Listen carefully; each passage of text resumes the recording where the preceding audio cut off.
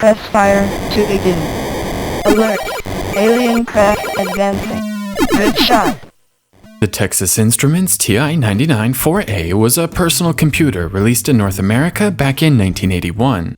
It is notable for being the first home computer with a 16-bit processor, but after selling around 3 million units, the computer was discontinued 3 years later. Today, it is fairly easy to find one of these complete in box for an extremely reasonable price. Sadly, Texas Instruments wasn't very friendly towards third-party developers, and the platform lacks the game library of other home computers from the era. Like many home computers from the 80s, the TI-99 4A's most prominent feature is the keyboard, complete with full travel keys.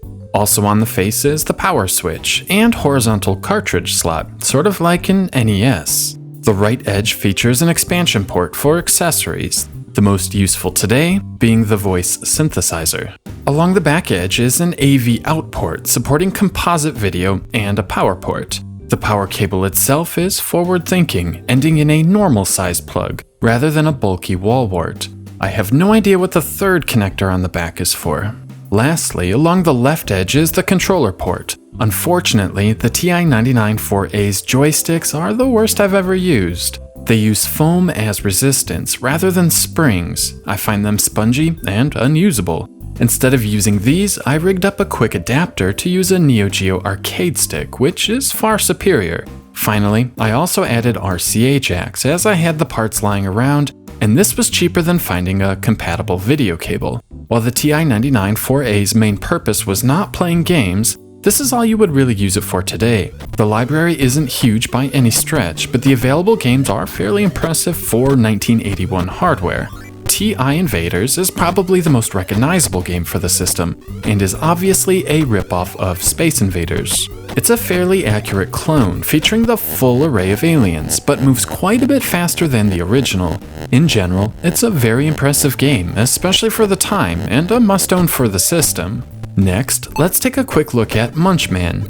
This is like Bizarro Pac-Man, with a white background instead of black, and the goal being to lay down pellets rather than eating them up. It's a neat little curiosity at best, but hardly a reason to track down a TI-99 4A. The final game we are going to look at is Parsec, which is a horizontal shooting game.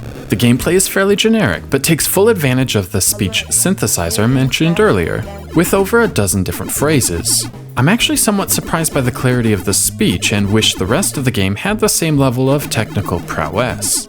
Overall, the TI-99 4A is a neat little piece of 80s nostalgia. It certainly doesn't have the legacy of Atari's line of computers, or Commodore's for that matter, but these are generally fairly cheap to track down with equally cheap software.